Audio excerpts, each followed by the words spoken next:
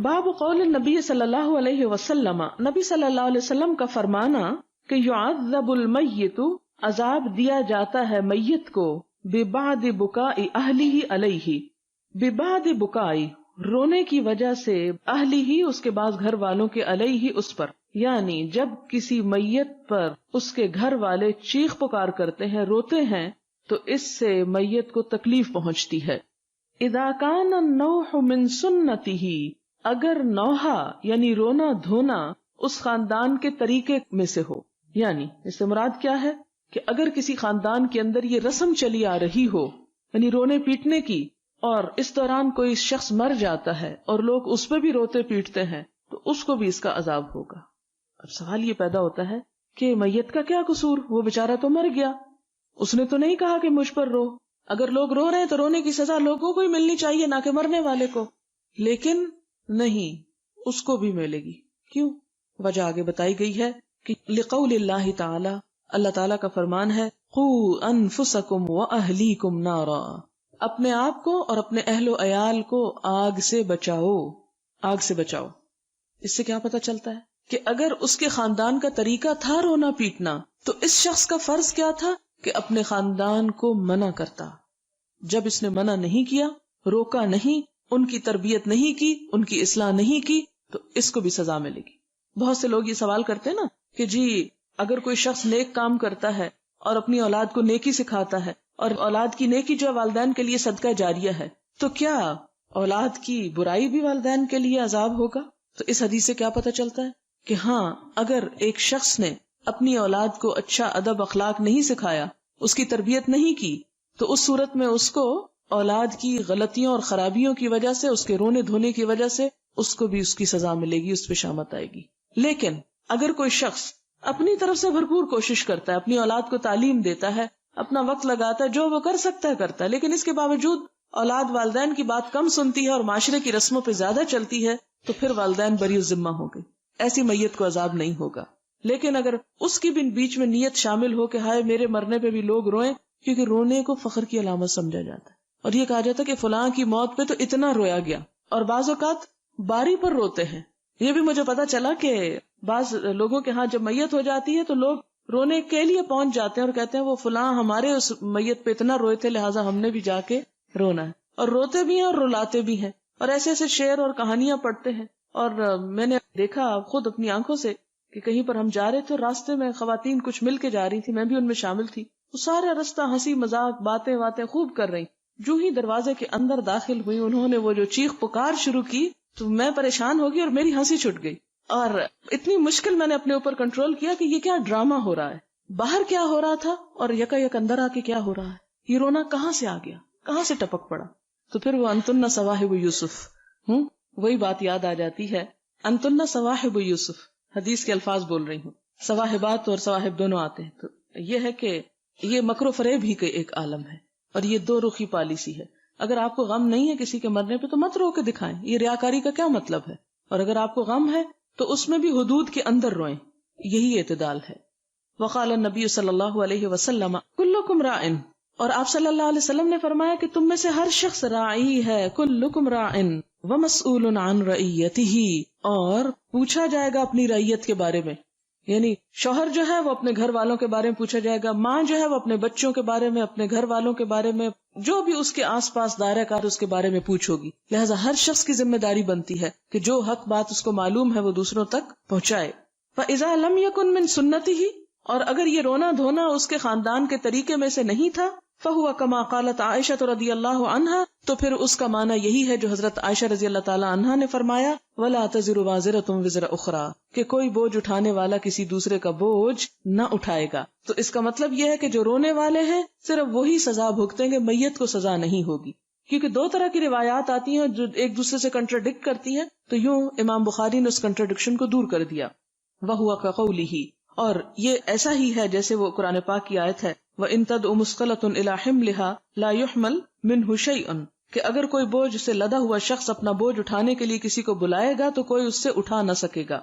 وَمَا يُرَخَّصُ مِنَ الْبُكَاءِ فِي غَيْرِ نُوحٍ، اور نوحے کے بغیر یعنی چیخ پکار اور سر پھاڑنے کے علاوہ اگر کوئی صرف آنسوؤں سے روتا ہے تو اس کی رخصت ہے، جو رخصت دی گئی، یرخص وقال النبی صلی اللہ علیہ وسلم، آپ صلی اللہ علیہ وسلم کا فرمانا ہے، لا تقتل نفس ظلما، کوئی شخص ظلم کی وجہ سے قتل نہیں ہوتا، الا کان علی ابن آدم الاول کفل من دمہا، مگر یہ کہ آدم کے بیٹے پر اس کا ایک حصہ جاتا ہے جس نے سب سے پہلے قتل کیا تھا، جس کا نام قابیل تھا۔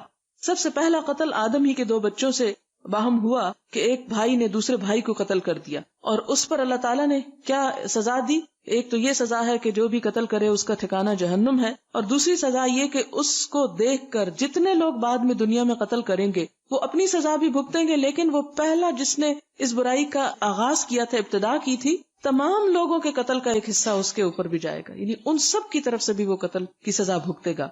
اب آپ دیکھیں کہ اس سے کیا پتہ چلتا ہے کہ اگر کوئی شخص ایک برائی کو رواج دے جاتا ہے، جتنے لوگ وہ برائی کرتے ہیں وہ سب اپنی سزا بھی بھگتیں گے اور اپنا ایک حصہ اس کو بھی توفتاً بھیجیں گے، یعنی اس تک بھی پہنچے گی جس نے اس برائی کی ابتدا کی تھی۔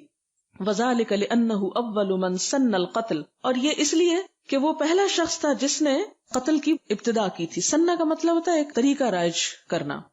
اگلی حدیث، حدثنا عبدان و محمد قال اخبرنا عبداللہ اخبرنا عاصم بن سلیمان عن ابی عثمان قال حدثني اسامة بن زید رضی اللہ عنہما قال ارسلت بنت النبی صلی اللہ علیہ وسلم الیہ، کہ حضور صلی اللہ علیہ وسلم کو آپ کی بیٹی نے بلا بھیجا، کہا جاتا ہے کہ حضرت زینب تھی، ان ابن لی قبضہ، کہ میرا بچہ مر رہا ہے، فأتنا، آپ ہمارے پاس آئیے، فارسل، آپ نے جواباً بھیجا، یقرئ السلام، ان کو سلام کہلا بھیجا، یہ کہ پڑھا جائے ان پر سلام، ویقول، اور آپ نے فرمایا، ان للہ ما اخذ، بے شک اللہ ہی کے لیے تھا جو اس نے لے لیا، ولہ ما اعطى، اور اسی کے لیے ہے جو اس نے عطا کیا، وکل عندہ باجل مسمى، اور اس کے پاس ہر ایک کی مقرر مدت موجود ہے، یعنی اس کے پاس ہر بات کا ایک وقت مقرر ہے۔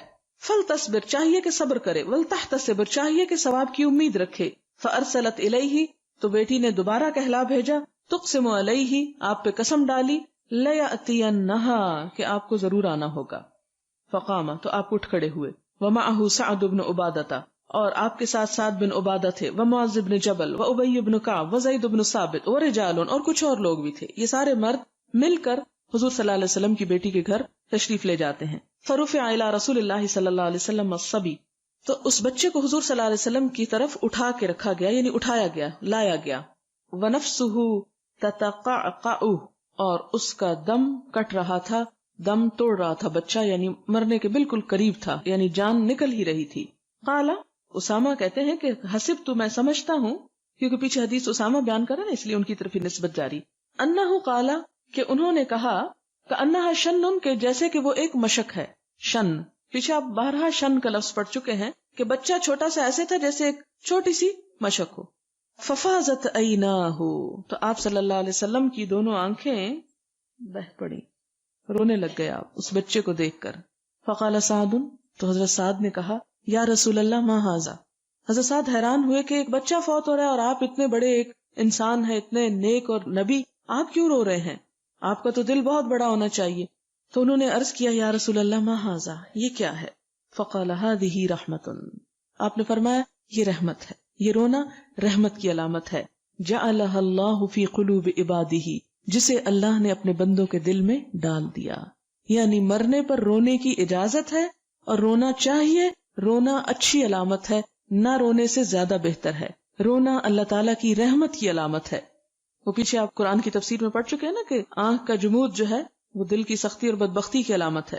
وَإِنَّمَا يَرْحَمُ اللَّهُ مِنْ عِبَادِهِ الرُّحَمَاءِ، تو بے شک اللہ تعالیٰ رحم کرتا ہے اپنے بندوں میں سے رحم کرنے والوں پر۔ وہ جیسے ایک شعر بھی ہے نا، کرو مہربانی تو محل زمیں پر، خدا مہرباں ہوگا عرش بری پر، لیکن وہ کس پر ہوگا؟ جو رحم کرنے والے ہیں۔ حدثنا عبداللہ بن محمد قال حدثنا ابو عامر قال حدثنا فلیح بن سلیمان عن ہلال بن علی عن انس بن مالک رضی اللہ عنہ قال شہدنا بنتا للنبی صلی اللہ علیہ وسلم، یہاں پر حضرت انس بن مالک کہتے ہیں کہ ہم حضور صلی اللہ علیہ وسلم کی ایک بیٹی کے جنازے پر حاضر ہوئے، شہدنا یعنی ہم حاضر ہوئے یعنی جنازے پر، اور وہ کون تھی؟ کہتے ہیں کہ حضرت ام کلثوم تھی۔ قال ورسول اللہ صلی اللہ علیہ وسلم جالس علی القبر، اور آپ صلی اللہ علیہ وسلم قبر پر بیٹھے ہوئے تھے، یہ نہیں کہ قبر کے اوپر بیٹھے ہوئے تھے، یعنی قبر کے پاس بیٹھے ہوئے تھے۔ قال، وہ کہتے ہیں انس فرأیت عینیہ تدمعانی، کہ اپنی بیٹی کی وفات پر قبر پر آپ دونوں آنکھوں سے آنسو بہا رہے تھے. قال فقال هل منکم رجل، تو کہتے ہیں کہ حضور صلی اللہ علیہ وسلم نے فرمایا کہ کیا ہے تم میں سے کوئی شخص لم یقارف اللیلہ. یقارف کا جو لفظ ہے یہ قرفہ سے ہے. قرآن پاک میں آتا ہے نا من یقترف سیئۃ، تو اقترف اور قرفہ کا مطلب ہوتا ہے کوئی کام کرنا، مرتکب ہونا. اور اس کا ایک اور معنی بھی ہے جس کی طرف یہاں پر اشارہ کیا گیا ہے کہ لم یقارف اللیلہ، یعنی جو اپنی بیوی کے پاس رات کو نہ گیا ہو. فقال ابو طلحہ کہتے ہیں انا، میں، یعنی وہ فوراً آگے بڑھے. اس کا یہ نہیں مطلب کہ صرف وہی ہوں گے، لیکن انہوں نے فوراً لبیک کہی اور آگے بڑھ گئے. قال فانزل، آپ نے فرمایا اترو. قال فنزل فی قبرها، تو ابو طلحہ آپ صلی اللہ علیہ وسلم کی بیٹی کی قبر میں اترے اور مدد کی ان کو قبر میں اتارنے پر. اس سے کیا پتہ چلتا ہے کہ آپ صلی اللہ علیہ وسلم نے اپنی بیٹی کو خود بھی قبر میں اتارا اور ابو طلحہ بھی ساتھ دے رہے تھے، جس سے پتہ چلتا ہے کہ ایک غیر مرد جو رشتہ دار نہ بھی ہو وہ بھی عورت کو قبر میں اتارنے میں مدد دے سکتا ہے. اور ظاہر ہے کہ حضرت عثمان بھی ہوں گے کیونکہ ان کی بیوی تھی، کیونکہ قبر میں ایک شخص نہیں اتار سکتا. کچھ لوگوں نے اس سے بڑے لمبے چوڑے قصے کہانیاں گھڑ لیے کہ نہیں حضرت عثمان نے اس رات کسی لونڈی کے پاس گئے تھے اور اس قسم کی باتیں. بات یہ ہے کہ بات کو سیدھی طرح ہی سمجھنے کی کوشش کرنی چاہیے کہ قبر میں اتارنے کے لیے آپ صلی اللہ علیہ وسلم خود موجود تھے، حضرت عثمان ان کے شوہر تھے، لیکن دو لوگ تو قبر میں نہیں اتار سکتے. مردہ جو ہوتا ہے بھاری ہو جاتا ہے، اس میں کیا ہوتا ہے ایک سر کی طرف سے اٹھاتا ہے، ایک پاؤں کی طرف سے، تو ایک درمیان میں کمر سے بھی اٹھا کے مدد کرتا ہے. تو اس میں ان سب لوگوں نے مل کر ان کو قبر میں اتارا. تو اس سے امام بخاری بتانا یہ دراصل چاہتے ہیں کہ مرد عورت کو قبر میں اتار سکتے ہیں خواہ وہ رشتہ دار نہ بھی ہوں. حدثنا عبدان حدثنا عبداللہ اخبرنا ابن جريج قال اخبرني عبد الله بن عبید اللہ بن ابی ملیکہ قال توفیت بنت لعثمان رضی اللہ عنہ بمکہ تھا، کہ حضرت عثمان رضی اللہ تعالی عنہ کی ایک بیٹی مکہ میں فوت ہو گئی. وجئنا لنشهدها، ہم آئے تاکہ ہم آپ کے جنازے میں شریک ہوں. یہ نشہدہ اور شاہدہ کا مطلب ہوتا ہے جنازے میں شریک ہونا. یہ ایک محاورتاً بولا جاتا ہے، اس میں ضروری نہیں کہ لفظ جنازہ ہی لکھا ہوا ہو. وحضرها ابن عمر و ابن عباس، اور ان کے ساتھ اور کون آئے؟ ابن عمر، عبداللہ بن عمر اور عبداللہ بن عباس بھی تھے رضی اللہ عنہما. وانی لجالس بینہما، اور میں ان دونوں کے درمیان میں بیٹھا ہوا تھا. کون؟ یہ راوی جو ہے. او قال جلست الى احدہما، یا کہتے ہیں کہ میں ان میں سے ایک کی طرف بیٹھا ہوا تھا. ثم جاء الاخر فجلس الى جنبی، تو دوسرا آیا اور وہ میرے دوسری طرف بیٹھ گیا، یعنی میں بیچ میں ہو گیا. فقال عبداللہ بن عمر رضی اللہ عنہما، عبداللہ بن عمر کہتے ہیں لعمر بن عثمان، عمر بن عثمان سے، یہ اس بچی کے بھائی ہیں جو فوت ہوئی ہیں. الا تنہا عن البکا، کیا تم روکتے نہیں ہو عورتوں کو رونے سے؟ بکا، رونے سے، یعنی کیا منع نہیں کرتے ہو؟ فإن رسول اللہ صلی اللہ علیہ وسلم قال، کہ نبی صلی اللہ علیہ وسلم نے فرمایا ان المیت لیعذب ببکاء اہلہ علیہ، کہ میت کو عذاب دیا جاتا ہے اس کے گھر والوں کے رونے کی وجہ سے. فقال ابن عباس رضی اللہ عنہما، تو اس پر ابن عباس کہنے لگے قد کان عمر رضی اللہ عنہ یقول، کہ حضرت عمر رضی اللہ تعالیٰ عنہ کہتے تھے بعض ذالک، اس کا بعض حصہ، یعنی یہی رائے رکھتے تھے. ثم حدث، پھر انہوں نے حدیث بیان کی. قالا، کہا صدرت مع عمر رضی اللہ عنہ، کہ میں حضرت عمر رضی اللہ تعالیٰ عنہ کے ساتھ واپس آ رہا تھا. پیچھے آپ پڑھ چکے ہیں وارد اور صادر ایک دوسرے کے اپوزٹ ٹرمز ہیں، یعنی کسی جگہ پر جا کے واپس آنے کو صدرہ کہتے ہیں. کہ میں ان کے ساتھ حج کر کے مکہ واپس آ رہا تھا. حتی اذا کنا بالبیداء، یہاں تک کہ ہم بیداء میں تھے. اذا ہوا برکب تحت ظل سمرۃ، کہ جب ببول کے سائے میں آپ نے کچھ سواروں کو دیکھا، رکب سوار. فقال اذهب فانظر من هؤلاء الركب، تو حضرت عمر نے کہا کہ جاؤ دیکھو کہ یہ سوار کون ہیں. قال، ابن عباس کہتے ہیں فنظرت، میں نے دیکھا. فاذا صہیب، تو وہ صہیب رومی تھے. فاخبرته، تو میں نے حضرت عمر کو خبر دی. فقال، تو انہوں نے کہا ادعوه لی، اس کو میرے لیے بلا لاؤ. فرجعت الى صہیب، تو یہ کہتے ہیں کہ میں صہیب کی طرف واپس گیا. فقلت، تو میں نے کہا ارتحل، چلو. فالحق، جا ملو بامیر المومنین، امیر المومنین سے. یعنی قصہ کیا ہے کہ حضرت عمر واپس آ رہے ہیں مکہ سے، اور یہ جو راوی ہیں یہ بھی ساتھ ہیں. کچھ سوار دیکھے، ان میں کون تھے؟ صہیب رومی تھے. عمر رضی اللہ عنہ نے فرمایا کہ جاؤ ان کو بلا لو. وہ ان کو بلا لائے. فلما اصیب عمر دخل صہیب یبکی، پھر جب حضرت عمر رضی اللہ تعالی عنہ زخمی ہوئے، یعنی یہ قصہ پہلے ہو چکا. یعنی ایک وقت تو یہ تھا کہ جب صہیب کو درخت کے نیچے حضرت عمر نے بلایا تھا، وہ آ گئے، یہ بات ختم ہو گئی. یہاں اب نئی بات کیا ہے کہ جب حضرت عمر رضی اللہ تعالیٰ عنہ زخمی ہوئے، دخل صہیب یبکی، تو حضرت صہیب جو تھے وہ روتے ہوئے داخل ہوئے.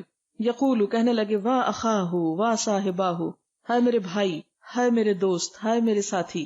فقال عمر رضی اللہ عنہ یا صہیب، تو حضرت عمر رضی اللہ تعالیٰ عنہ صہیب کو کہتے ہیں یا صہیب اتبکی علیہ، کہ تم مجھ پہ روتے ہو. ان کے نزع کا وقت تھا، قریب تھے وفات کے، تو اس لیے وہ ان کو روتے ہوئے دیکھ کر کہتے ہیں صہیب تم مجھ پہ روتے ہو. وقد قال رسول اللہ صلی اللہ علیہ وسلم کہ نبی صلی اللہ علیہ وسلم نے فرمایا ان المیت یعذب ببعض بکاء اہلہ علیہ کہ میت کو اس کے گھر والوں کے رونے کی وجہ سے عذاب دیا جاتا ہے.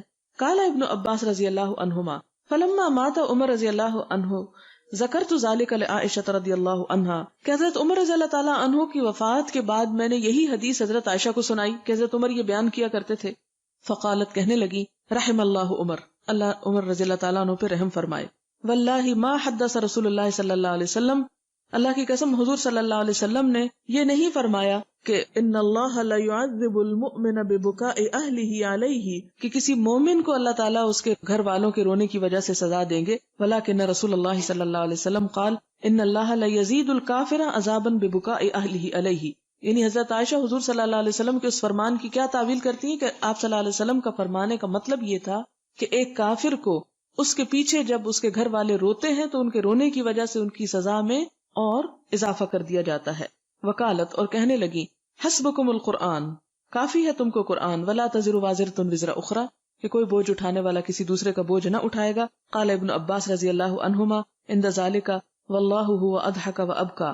یہاں پر کہنے لگے ابن عباس تعویل میں کہ اللہ ہی ہنساتا اور رلاتا ہے. مراد یہ کہ خوشی اور غم کے موقع جو ہیں یہ اللہ تعالیٰ کی طرف سے آتے. خوشی میں انسان جب ہنستا ہے تو یہ بھی اس کی نعمت ہے، اور غم کے موقع پر جب رونا آتا ہے تو یہ بھی اللہ تعالیٰ ہی کی طرف سے ہے. اور رونے کا طریقہ یا رونے کی جو صلاحیت ہے انسان کے اندر وہ بھی اللہ تعالیٰ ہی کی پیدا کردہ ہے. لہٰذا اگر کسی وقت انسان روتا ہے تو یہ ایک بالکل نیچرل چیز ہے، اس پر اس کی پکڑ نہیں ہونی چاہیے، یا یعنی مردے کی پکڑ نہیں ہونی چاہیے پیچھے والوں کے رونے کی وجہ سے. قال ابن ابی ملیکہ اور ابن ابی ملیکہ کہتے واللہ ما قال ابن عمر رضی اللہ عنہما شیئا، اور یہ بات سن کر حضرت عبداللہ بن عمر نے کوئی بات نہیں کی. اب اس میں سارا قصہ کہانی جو بہت لمبی چوڑی ہے جس کا خلاصہ یہ ہے کہ صحابہ کرام میں سے کچھ کی رائے یہ تھی کہ میت کو عذاب ہوتا ہے اس کے پیچھے رہنے والوں کے رونے کی وجہ سے، اور بعض کا خیال یہ تھا کہ نہیں ہوتا. تو ان دونوں کے درمیان تطبیق کیسے ہوگی وہ پیچھے والی حدیث میں گزر چکی ہے کہ اگر تو میت خود چاہے کہ اس کے پیچھے رویا جائے، یا میت نے اپنی اولاد کی اصلاح نہیں کی اور ان کو منع نہیں کیا، تو ایسی صورت میں تو میت کی پکڑ ہوگی. لیکن اگر اس کا ارادہ نہیں تھا اور کوئی دوسرا کچھ کر رہا ہے تو وہ اس کے ذمہ دار نہیں. دوسری بات یہ کہ رونے کی تو اجازت ہے، چیخ پکار کرنے کی اور گریبان پھاڑنے کی اور بال کھینچنے کی اجازت نہیں ہے. پھر اسی طرح اگلی بات یہ ہے کہ یہ حدیث کی تعویل یوں بھی کی گئی کہ یہ کافر کے بارے میں ہے کہ کافر مر جاتا ہے تو اس کو ویسے بھی عذاب ہوتا ہے، اس کے پیچھے جو رونے والے روتے ہیں تو ان کے رونے کی وجہ سے کافر کو فائدے کی بجائے الٹا نقصان ہوتا ہے، یعنی فائدہ نہیں ہوتا. مثلاً آپ دیکھیں کہ دنیا میں جب آپ کے کسی دوست یا بہن یا رشتہ دار کو کوئی نقصان پہنچے اور آپ رو دھو کے فریاد کریں اس شخص سے جس نے اس کو پکڑ رکھا ہو، تو شاید آپ کا رونا دھونا اس شخص کے کام آ جائے اور اس کا جو پکڑنے والا ہے یا اس کے جو گرفت کیے ہوئے وہ اس کو چھوڑ دے. اب دیکھیں نا، جیسے بعض لوگوں کا کوئی جیل میں چلا جاتا ہے تو رشتہ دار پیچھے سے بھاگ دوڑ کر کے اس کو کسی طرح چھڑوا لیتے ہیں، یا روتے دھوتے ہیں، یا منت واسطے کرتے ہیں، یا کوئی سفارش یا رشوت دیتے ہیں تاکہ کسی طرح ہمارے رشتہ دار کو چھوڑ دیا جائے. تو یہاں بتانے کا مطلب یہ ہے کہ ایک کافر جب مرنے کے بعد قبر میں چلا جاتا ہے تو اس کے پیچھے والے خواہ کتنا بھی روتے دھوتے کیوں نہ رہیں، جو مرضی کریں، ان کا رونا میت کو فائدہ نہیں دیتا بلکہ الٹا اس کے عذاب میں اضافے کا سبب بنتا ہے. یہ تین چیزیں ہیں جو اس سے ثابت ہوتی ہیں. حدثنا عبداللہ بن یوسف اخبرنا مالک ان عبداللہ بن ابی بکر ان ابیہ ان امرۃ بنت عبد الرحمن انہا اخبرته انہا سمعت عائشہ رضی اللہ عنہا زوج النبی صلی اللہ علیہ وسلم تقول انما مر رسول اللہ صلی اللہ علیہ وسلم علی یہودیۃ یبکی علیہا اہلہا، کہ نبی صلی اللہ علیہ وسلم ایک مرتبہ ایک یہودی عورت کے پاس سے گزرے جس کے گھر والے اس پر رو رہے تھے مرنے کے بعد. فقال، تو آپ نے فرمایا انہم لیبکون علیہا، کہ اس کے رشتہ دار اس پہ رو رہے ہیں، وانہا لتعذب فی قبرہا، اور وہ اپنی قبر میں عذاب دی جا رہی ہے. اب اس حدیث سے بھی عذاب قبر جو ہے وہ ثابت ہوتا ہے. مراد یہ ہے کہ ان کو حقیقت نہیں معلوم کہ اس کو تو سزا ہو رہی ہے اور یہ الگ عذاب میں ہے، تو کفر پہ رہنے کا دونوں کو ہی نقصان ہو رہا ہے. کیوں؟ اگر مسلمان ہوتے تو نقصان نہ ہوتا، کیسے نہ ہوتا؟ اگر یہ روتے بھی تو ان کا رونا ان کے لیے باعث رحمت تھا، یعنی چیخنا پکارنا تو منع ہے، لیکن میت کے مرنے پر اگر انسان غم زدہ ہوتا ہے، تو آپ کو وہ حدیث یاد کر لینی چاہیے جس میں آپ صلی اللہ علیہ وسلم نے فرمایا کہ مومن کا حال بھی بڑا عجیب ہے، اور مومن کے سوا یہ چیز کسی کو نصیب نہیں کہ جب اس کو کوئی دکھ تکلیف پہنچتی ہے اور وہ اس پہ غمزدہ ہوتا ہے اور صبر کرتا ہے تو اللہ تعالیٰ اس کے درجات کو بلند کر دیتے ہیں۔ اب اگر کسی کا کوئی رشتہ دار فوت ہو گیا ہے اور پیچھے کوئی رو رہا ہے تو رونے والے کا غم اس کے لیے کیا ہے؟ رونے والے کے لیے باعث اجر ہے اگر وہ حدود کے اندر رہ کے رو رہا ہے۔ اور دوسری طرف میت جو ہے وہ اگر ایمان کی حالت میں فوت ہوئی تو اس کو وہاں عذاب نہیں ہوگا۔ اس کے برعکس جب ایک کافر فوت ہوتا ہے تو کافر اگر قبر میں ہے تو اس کو عذاب ہے، اور اگر پیچھے رشتہ دار رو رہے ہیں تو ان کا رونا ان کے لیے باعث رحمت نہیں بلکہ وہ ایک صدمہ، ایک عذاب ہی ہے، ایک مصیبت ہے، کیونکہ مصیبت پر مومن کو تو اجر ملتا ہے لیکن کافر کو کچھ بھی نہیں ملتا۔ حدثنا اسماعیل بن خلیل حدثنا علی بن مسہر حدثنا ابو اسحاق وهو الشیبانی عن ابی بردہ عن ابی قال لما اصیب عمر رضی اللہ عنہ، کہ جب حضرت عمر رضی اللہ تعالی عنہ کو مصیبت پہنچی یعنی فوت ہونے لگے یا زخمی حالت میں تھے، جعل صہیب یقول واخاہ فقال عمر اما علمت ان النبی صلی اللہ علیہ وسلم قال ان المیت لا يعذب ببکاء الحی۔ حی یہاں نیا لفظ آیا جس کا معنی ہے قبیلے والے، یعنی آل اولاد مراد ہیں۔